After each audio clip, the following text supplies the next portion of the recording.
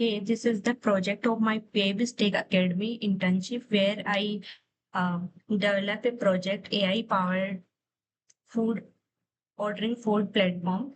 So this project name is orderIT. So let's begin. I am going to walk you through a project I built called orderIT. It's a full stack multi-restaurant food delivery platform. It started as a smaller single restaurant built and grew into something closer to a mini Swiggy and Zomato with two AI features layered on top that I'm pretty proud of. I will go through the architecture, walk through the main feature and with some of the hard problems I run into what I would do differently next time. So let's start with our project. So this is the order. It is a build a Marin stack, React and Redux toolkit on the front end, Node, Express and MongoDB on the backend, plus Stripe payments and Grok's LLM API for the AI feature. I will come back to why I picked Grok, especially a bit later. So second slide is it a high level is what a user can do. Browse multiple restaurant filter for pure ways only, sort by rating and review count, build a cart and check out through Stripe on the admin side. Restaurant owners and admins can create restaurant, build out menus, manage stock, and there is role based access controlling all of that. The two things that make this more than a card app are the AI feature. One, auto-generated food description when an admin adds a new dish, and the other analyzes all of a restaurant review and produces a sentiment summary. I will show both of those in detail shortly. State management handled through five Redux toolkit slices, restaurant menus, card, order, and user, each with their own loading and error states, which tool a bit of care to keep independent since a lot of these slices reference the same underlying data. So slide 3 is built end to end on the man states. So here the front end backend integration we go through one by one. So Frontend is React 18 on white Redux toolkit for state, React Router v7 for routing, Bootstrap and Font Awesome for UI. Backend is Node and Express MongoDB with Mongos as the ODM. You know ODM very well if you are a developer and JWT based authentication. I support both HTTP only cookies and a barrier token header. So the same auth middleware works with the a request comes from the browser or say Postman during testing. For integration, Grok's LLM 3.1b instant model powers both AI feature, Stripe handles all payment processing, Cloudinary restores uploaded emails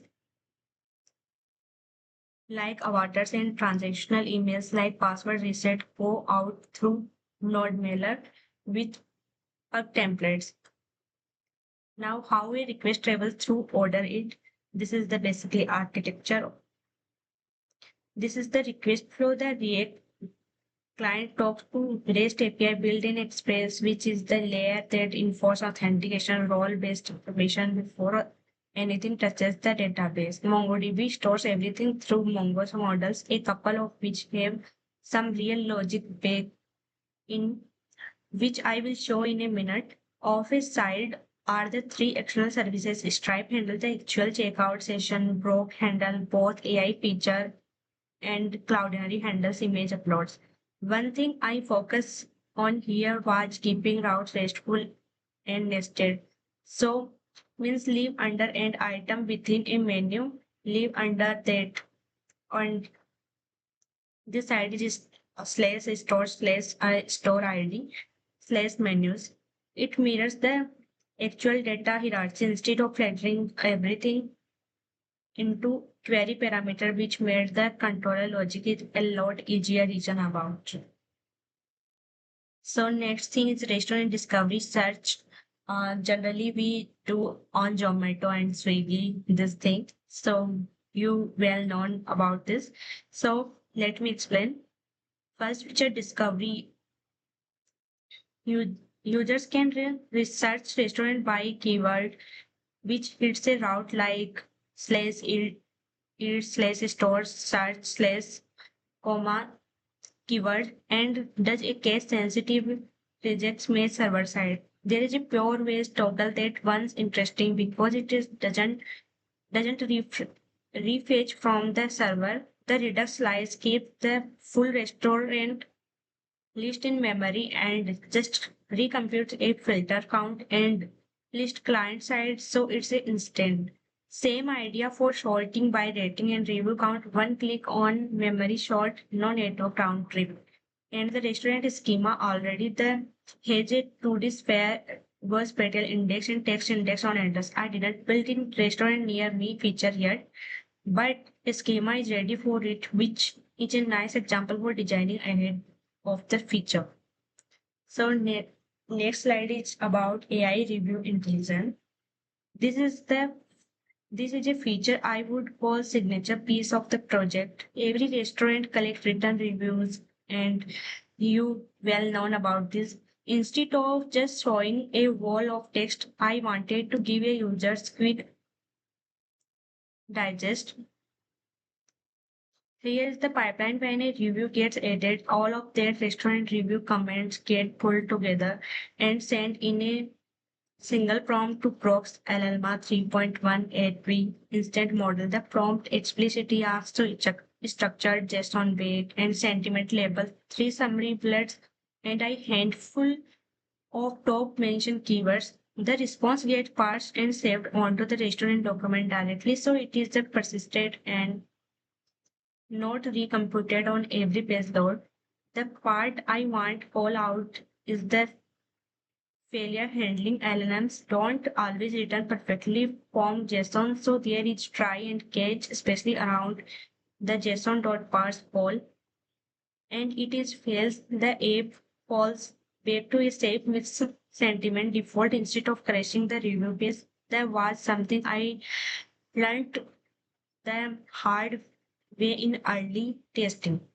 The model would occasionally wrap the JSON in explanatory text even when I told it not to. So defensive parsing was necessary, not optional. On the front end, this shows up as a toggle button. Each restaurant card click it and you get the sentiment buzz and the summary bullets and facing style topic text all generated, not handwritten. So this is the our slide. Next is menus card and AI written disk copy. Second, AI feature lives here. When an admin adds a new food item, there is AI disk button that sends the dish name, category, spicy level, and price of to prop and gets back to description, text, and allergens, a serving size, and suggested meal times. Again, in strict JSON with rules, the prompt to stop it from, say, misclassifying a main course as a dessert.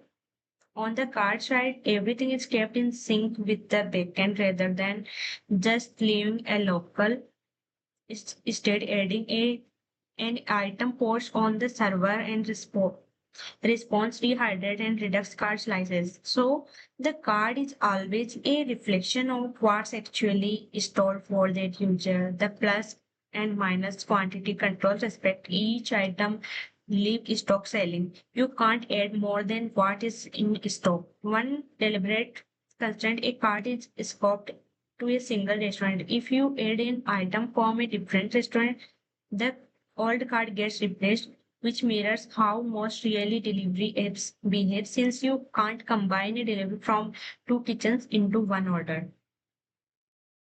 You very well know about this. Checkout handle by Stripe. For payment, I didn't want to touch raw card data at all, so I use Stripe checkout session, Stripe hosted payment page. The flow, the backend bullet is a session from the current card, turning each item into a Stripe line item and adds fixed delivery charges as a shipping rate. The frontend just redirect the browsers to the session URL Stripe return. Stripe collect a card details, shipping address, phone number of user on its own PCI complaint page. None of that touches my server. After payment, Stripe redirect back to a success URL with a session ID in the query string. My backend refetches the session from Stripe's API to confirm payment actually went through, and then clears the order record, clears the card. I will mention in a minute why I would eventually want to move this a webhook state instead. Okay, so move on. Next slide. Order that protect their own inventory. This is the part of the schema I am most proud of from the backend correctness standpoint. Before an order document is actually saved in Mongo's pre-save hook runs through every item in that order. I think you understood my words. So focus on my words. Looks up the current stock for each food item and checks there is enough available. If there is not, it throws the save is rejected. So it's not possible to end up with an order confirmed against stock that doesn't exist. If there is enough, it will decrement the stock and only then lets the order save. On the tracking side, users get a my orders table built with React data table component sortable with a status badge for delivered versus pending, and an order detail page showing a delivery address, payment start, and full item breakdown pulled from the preset state order, not recomputed from the leave card. So move on next slide. Authentication role and password safety in today's world is a very important thing is password safety. You will know about this. On security, JWD are stored in an HTTP only cookie, so they can't be ready to client side JavaScript with a barrier token fallback for API testing. Passwords are hashed with bcrypt at 12 salt round inside Mongo's pre-save hook, so plain text password never touch the database even briefly. Role-based access enforced through an authorized roles. Middleware admin only action like creating a restaurant or deleting a menu are gated at the route level before the request ever reaches the control. And for password reset, I generate a random token, hash it with SHA 256 before storing it. So even if the database were compromised, the row reset token wouldn't be unable and usable. Give it a 10-minute expiry and email it out through bug template email via NodeMailer. Pattern that keep the backend maintainable. This is the our one important slide. A few patterns I learned in on a keep the backend maintainable as it grew.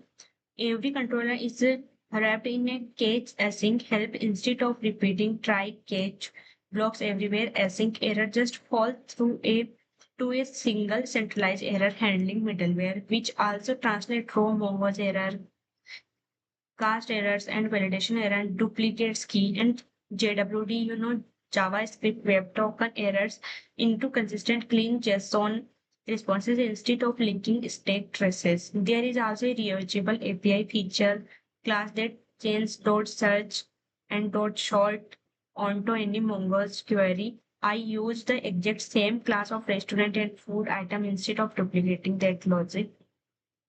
And as I mentioned earlier, routes are nested to keep the actually resource hierarchy rather than flattened. Challenges what I would improve. It is the our next slide. So to be honest about where this is the could be better, first unreliable AI just on output, which is already covered, solved in defensive parsing and a fallback. Second, the stop race condition I mentioned, moving the check into the pre-save hook, where the validation and the decrement atomic to the save operation rather than it trusting a stop number the client might have been several seconds earlier. Third, keeping card, menu, and food items stayed in sync in Redux took a few iterations They all reference overlapping data, and I wanted each slice's loading and error state to stay independent. So one API failure wouldn't false flag an unrelated of the UI. And honestly, the biggest thing I would change next right now, order creation depends on the browser successfully returning to my success URL after Stripe payment. If someone closes the tab right after paying, that order might never get created, even though they were charged. The fix is Stripe webhook server to server, so it doesn't depend on the browser completing the round trip. I understand why it is the more production correct approach. I just had not implemented it yet when I built this. So this is the our home page, and this is the screenshot of my project. I will um I will show you is the real site, and in that page you can see a search button, search bar, and order it is the logo our, and according to available restaurant it will show the numbers, and we can see here restaurant photo and summary and reviews and what is stated. um, this restaurant at the location we can say, and vegetarian and non-vegetarian we can define as availability and review summary, and whatever we have a menu in this we pin in that. So this is the our home page, and whenever we search any restaurant we can put it in name in search bar and we find out. And in login page, if we have account then we can log in with our password and email, but if we new user then we can make new password and all. So this is the our ppt, and I want to show a real site and browser working. So let me explain.